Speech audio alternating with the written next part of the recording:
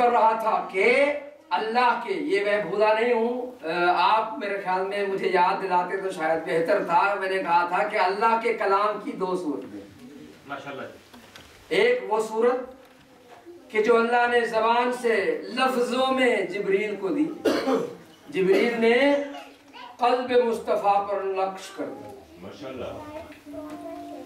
اور وہ ہے لفظی صورت، اسے کلام الہی ہے۔ اب آج کی اس مجلس میں اس کلام کی دوسری صورت بیان کر کے سمیٹنے کی کوشش کرتا ہوں۔ درود بھیجیے بلند آواز سے، اللہم صلی علی محمد و آل محمد۔ کلام الہی لفظی صورت میں جبریل معصوم کے ذریعے قلب معصوم پر اترا، معصوم کے ذریعے معصوم کے دل پر اترنے والا وہ کلام لفظی ہے، کلام خدا کا، کلام خدا کی لفظی صورت۔ کلام خدا کی دوسری صورت سناؤں آپ؟ کلام خدا کی دوسری صورت 1 2 3 4 5 گنتا جاؤں تو قرآن مجید یعنی کلام الہی کی ایک صورت لفظی ہے، ایک صورت وجودی ہے کہ جو وجود کی شکل میں قرآن آیا ہے، اس کے پہلے پارے کا نام ہے محمد مصطفیٰ، اس کے دوسرے پارے کا نام ہے علی مرتضیٰ، اس کے تیسرے سپارے کا نام ہے فاطمہ الزہرا۔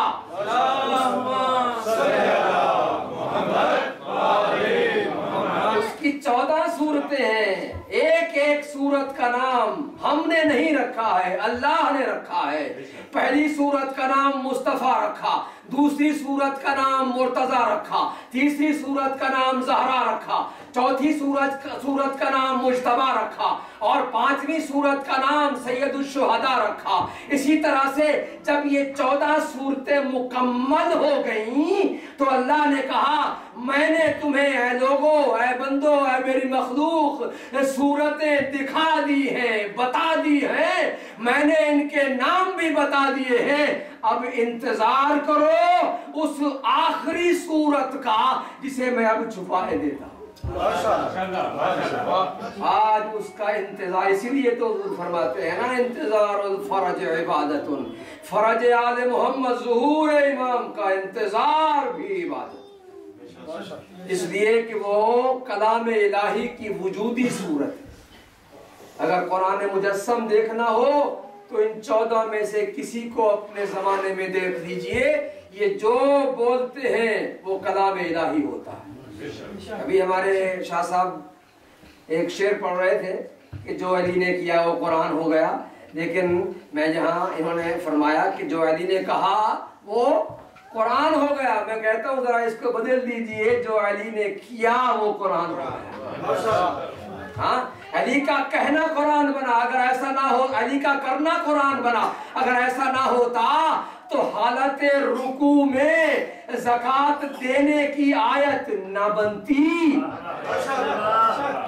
علی نے زکوٰۃ دی، اللہ نے آیت بنا دی، اسی کا معنی ہے وہی جو آپ کہتے ہیں جو علی نے کیا وہ قرآن بنا۔ میں کہتا ہوں کسی مسلمان کی جرت ہے، بے شک علی کو چوتھا مانتے رہو،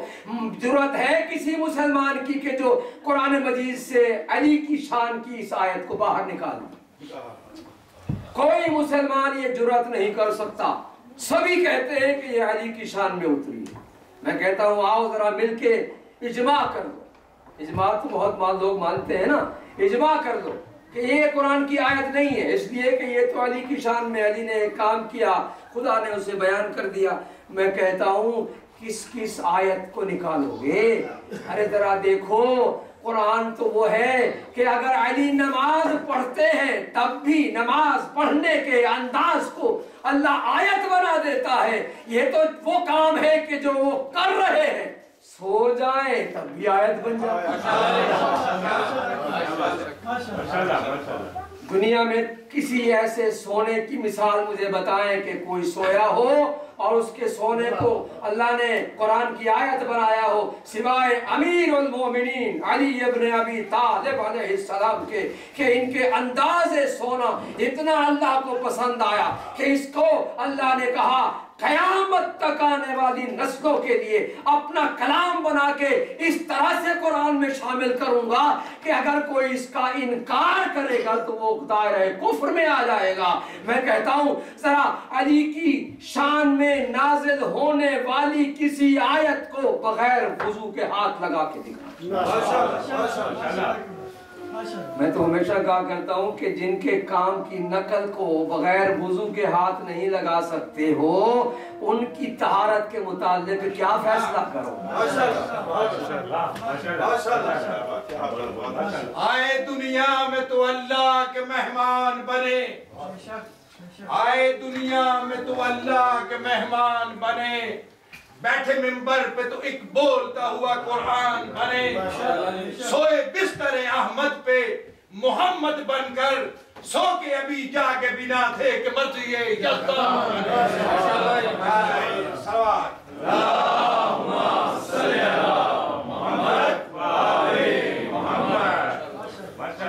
اللہ نے ہمیں عزت عطا کی ہے کہ ہمیں وہ امام ملا ہے کہ جس کے ہر کام کی نقل کا نام ہے قرآن۔ یہ جملہ میرے والد صاحب مرحوم کا ہے، وہ فرمایا کرتے تھے کہ ہم جب قرآن پڑھتے ہیں تو ہم سوچتے ہیں کہ یہ قرآن کیا ہے، سوچتے سوچتے وہ فرماتے تھے کہ میں دنگ رہ جاتا ہوں، اسے اللہ کا کلام کہوں یا علی کے کام کی نقل کہوں۔ یہ وہ ہے آیتیں کہ علی کرتے ہیں، اللہ اسے آیت بناتا ہے۔ وہ فرمایا کرتے تھے اسی بیان کے تسلسل میں کہ بھئی یہاں تک بات نہیں رکتی ہے کہ علی کے کام کو اللہ نے آیت بنایا ہو، بلکہ اس دروازے پر آنے والی کنیز فضہ کے الفاظ بھی آیت بن جاتے ہیں۔ انما وہاں بھی لفظ انما آیا ہے، انما نطعمکم لوجہ اللہ لا نرید منکم جزاء ولا شکورا۔ ہم تمہیں جو کھلا رہے ہیں یہ اللہ کی رضا حاصل کرنے کے لیے۔ فضہ وہ عظیم خاتون ہے جو دروازہ بطول پر آئیں تو کچھ نہ جانتی تھی، جب در زہرا پر جھکیں، اتنا جھکیں بنت رسول نے وہ عزت عطا کی کہ حسنین نے ماں کہا۔ سب مفسرین لکھتے ہیں کہ یہ آیت، یہ الفاظ حضرت فضہ نے دروازے پر آنے والے سائل سے کہے تھے۔ زمین سے آسمان تک جب گئے تو واپس آئے تو قرآن کی آیت بن کر آئے۔ یہی وہ بی بی ہے کہ جن کے متعلق ملتا ہے کہ 20 سال تک جناب فضہ نے جو بات کی اس کا جواب قرآن کی آیت سے دیا ہے۔ یہ اس ہستی کی شاگرد ہے کہ جس کے بارے میں رسول اللہ نے فرمایا تھا فاطمہ تو بضعۃ، فاطمہ میرا ٹکڑا۔ ابھی میں نے ایک کتاب لکھی ہے فاطمہ تو ام ابیہا، فاطمہ اپنے باپ کی ماں ہے۔ اس میں نے ثابت کیا ہے کہ یہ ماں کا لفظ حضور نے کیوں فرمایا، اور یہ فاطمہ تو بضعۃ منی، یہ جگر کے ٹکڑے کی بات نہیں تھی۔ سبھی جانتے تھے کہ اولاد ہے، اولاد جگر کا ٹکڑا ہو، کہنے کی کیا ضرورت، یہ کسی اور حقیقت کی طرف اشارہ تھا۔ فاطمہ میرا ٹکڑا، وہی فاطمہ کہ جس کا بھی آپ حدیث قصہ میں سن رہے ہیں۔ ہم، جب اللہ نے جواب دیا کہ یہ اہل بیت کون ہے تو کہا ہم فاطمہ، وہ فاطمہ ہے اور اس کے پدر بزرگ ہوا، وبعلها وبنوها، اور ان کے شوہر نامدار ہیں اور ان کے فرزندان ذی وقار ہیں۔ عزیزو، یہ ایام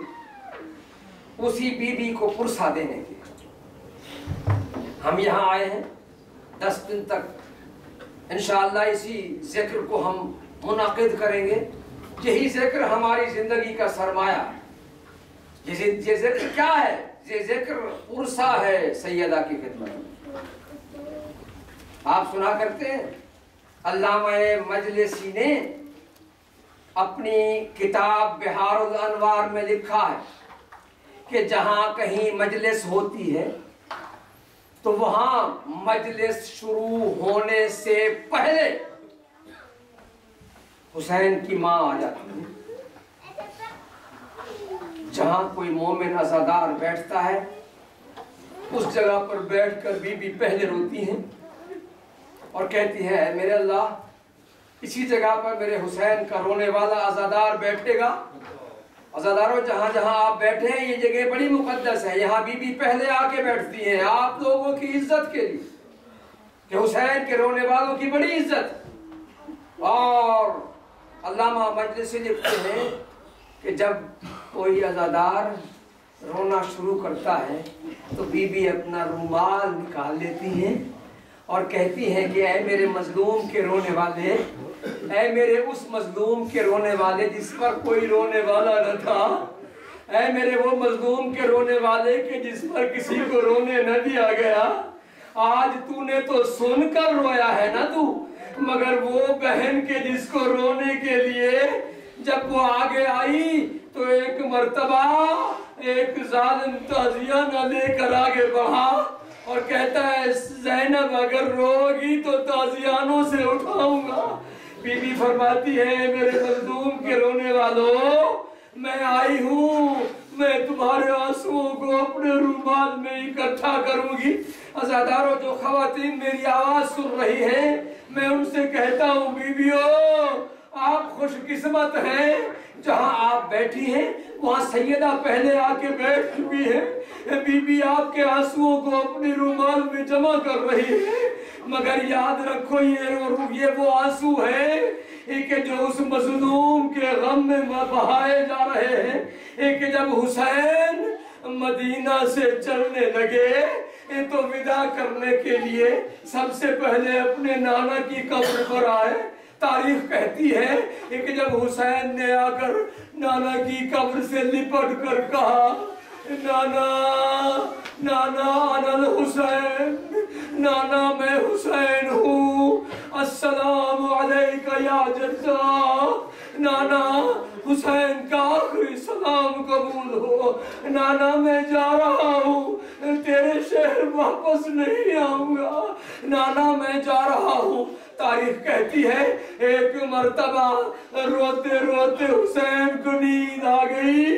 راوی بیان کرتا ہے خواب میں حسین نے نانا کو دیکھا، سر کے بال کھلے ہوئے ہیں، داڑھی جو ہے غبار آلود ہے، اور کہتے ہیں او میرے نواسے، او میرے بیٹے، او حسین تو جا رہا ہے، میرا مدینہ تجھ سے محروم ہو رہا ہے، میرا مدینہ خالی ہو جائے گا، مگر اے میرے حسین جہاں بھی جائے میری بیٹیوں کو ساتھ لے جانا، مدینے میں نہ چھوڑنا۔ او میرے حسین، حسین نے کہا ہاں نانا وعدہ کرتا ہوں میں بیٹیوں کو ساتھ لے جاؤں گا، بہنوں کو ساتھ لے جاؤں گا۔ عزاداروں حسین آئے اپنے بھائی حسن کی قبر پر، سلام کیا، دعا کی، ودا کیا، اور اس کے بعد آخری سنیں گے آخری ودا کے لیے حسین آئے اپنی اس دکھیا ماں کی قبر پر کہ جو آج ابھی آپ کے رومال اپنے رومال میں اپنے آپ کے آنسوؤں کو اکٹھا کر رہی ہے، آئے زہرا کی قبر پر۔ آج تو آپ جائیں آپ کو تو زہرا کی قبر کا نشان بھی نہیں ملے گا۔ عزاداروں حسین آئے ماں کی قبر پر، آگے رو رو کے کہتے ہیں اماں اسی حسین کا سلام ہو جس نے یہ کہا تھا اپنے شکم میں جب میں تھا تیرے تو کہا تھا انا المقتول عطشان، ماں میں تو پیاسا مارا جاؤں گا، انا المذبوح عطشان، مجھے ذبح کیا جائے گا۔ عزاداروں ایک مرتبہ روایت بیان کرتی ہے قبر زہرا سے آواز آئی وہ میرے حسین جا تو رہا ہے مگر میری زینب کا خیال رکھنا،